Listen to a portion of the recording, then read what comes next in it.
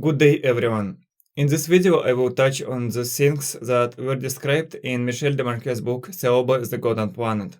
If something is not clear to you, you can read that book. You can download it for free from a link in the description.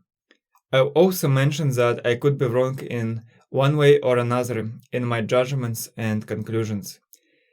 In chapter 4 of the book Thiaoouba, The Golden Planet, when Thao talks about how the world's suns and atoms were formed over billions of years, we can find the following note.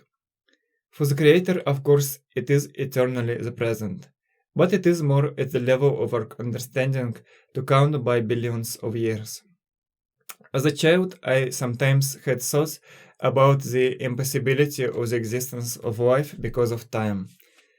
There must always be the beginning in material life, and therefore life could not exist indefinitely, since life is cause and effect, or interaction of many material particles with each other, in accordance with the laws of the universe.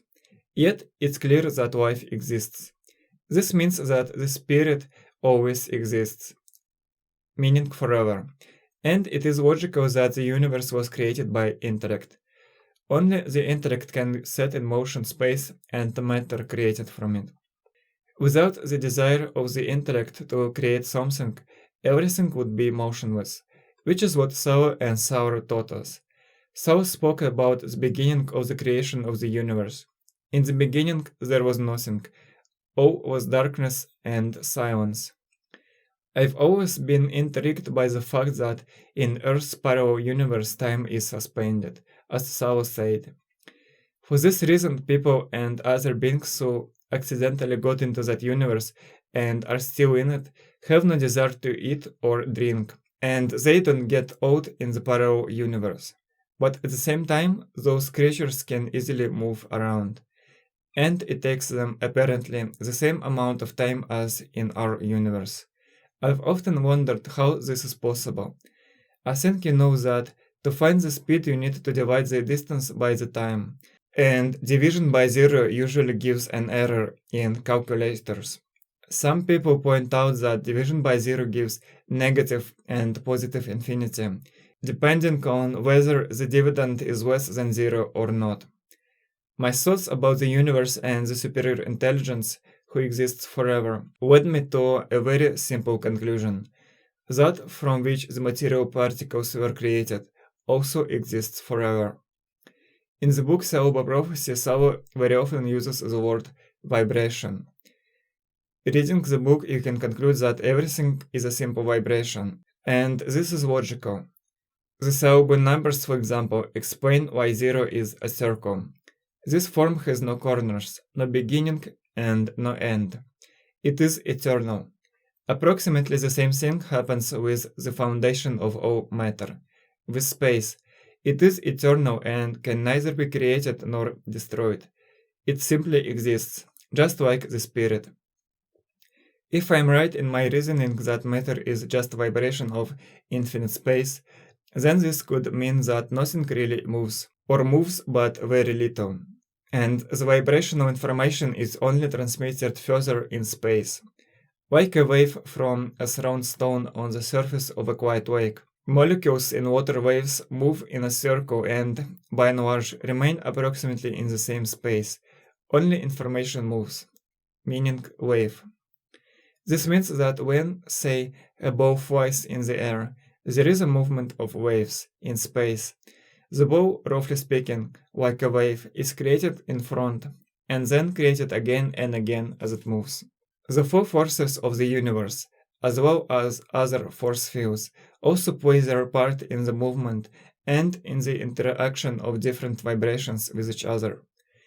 I must say that it helped me to better understand the so-called transubstantiation.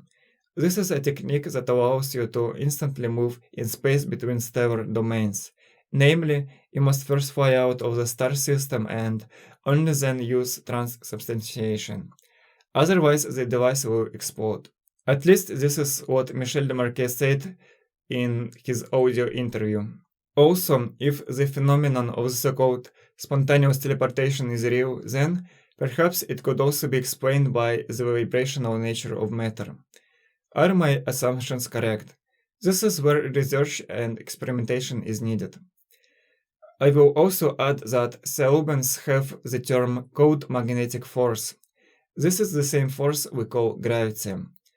They are able to neutralize the cold magnetic force by raising certain high-frequency vibrations to become weightless. Thus, even gravity is actually a vibration too.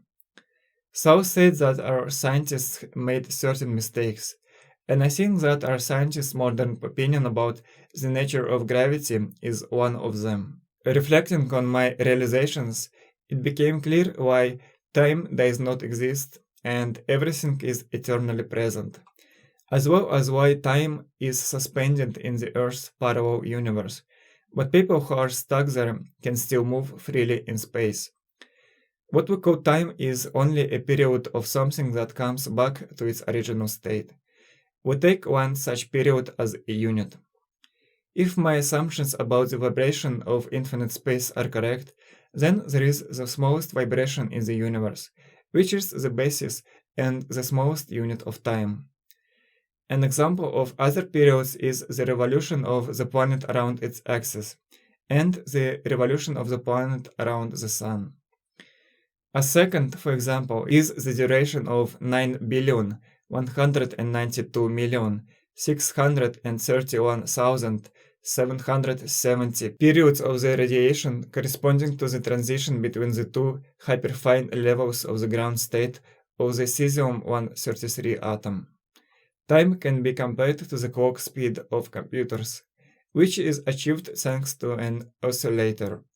In short, during many cycles, different operations are performed, the result of which is then displayed on the screen. So, we could assume that there are several oscillators in the universe, which set in motion different types of matter. It seems that in the parallel universe, the oscillator responsible for the movement in the physiological body either doesn't exist or is stopped. That's why people in that place have no desire to eat and do not feel pain. Movement, or the work of their internal organs, is stopped, and they do not send any signals to the brain. From this, it follows that the perception of time depends on how many such periods, or vibrations, are processed by the brain per unit of time. I recently heard about a study that says that the perception of time in some animals is different from that of humans. For fly, for example, time moves several times slower than for us. They see everything in slow motion, compared to our perception, and therefore they have enough time to dodge the fly slaughter. For other animals, such as the turtle, for example, time, on the contrary, moves faster in relation to our perception. They see everything in accelerated motion relative to our perception of time. Perception also has to do with how we perceive the world around us. When Thao created the illusion for Michel, she said that she could make him believe that the comet didn't burn his face, but froze him. This led me to think, why do we feel the world the way we feel it? Considering that everything material was created by the superior intelligence, then for sure he had to make a choice in favor of one sensation and not another. For example, we could feel cold with the rise of temperature, and would feel hot with the drop of temperature. I also know that there are people who, due to mutations in DNA, can easily eat food that is perceived as bitter by most other people. This is one of proofs how the same thing can be perceived in absolutely different ways. Then there are people who have synesthesia. Such people see sounds, for example, or letters of the alphabet for them are associated with certain colors. Before we get too far away from the topic of periods of infinite space, I would like to express my thoughts on what Thao said about the creation of the universe by the superior intelligence. Once he, the superior intelligence, had an overall view of what he wanted to create, he was able, by his exceptional spiritual force, to create, instantaneously, the four forces of the universe. With this, he directed the first and the most gigantic atomic explosion of all time, what certain people on Earth call the Big Bang. Now, the word instantly seems very logical, because then, when the four forces of the universe were created, the universe itself did not yet exist, and, accordingly, all space was motionless, and everything was darkness. In the beginning there was nothing but darkness and spirit. And darkness is, in fact, the absence of data, and, if you like, the absence of motion. Only after the creation of the four forces of the universe, the spirit was able to set the space in motion. It began to oscillate, vibrate. Periods have emerged, what we call time. The forces themselves, I assume, keep the vibrations of space in one place in relation to each other, and also move these vibrations when required by the law of the universe. But this is just my hypothesis. And what we see, hear, touch, smell, and feel is only an interpretation of these different vibrations. Of course, there's also the question of what those four forces were created from. It turns out that we have the spirit, which, it should also be noted, had the imagination before the creation of the universe. Otherwise, the spirit would not have been able to invent it. Then we have the space from which everything material was created. And finally, we have that from which the four forces of the universe were created. All three seem to exist forever. Here we can also say about the Thiaoouba digit 0, which is a circle.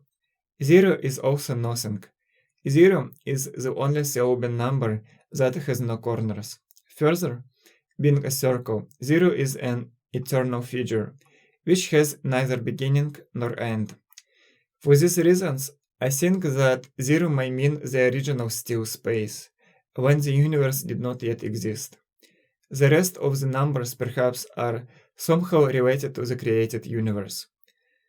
I sometimes get the idea that life is a kind of film, embodied in the flesh from the imagination of the superior intelligence, where the high resolution of the eyes, the sensitivity of the earth, etc., allow us to have a clear and uninterrupted mental picture, meaning we don't see individual building blocks from which the material world is created, such as cells, atoms, etc.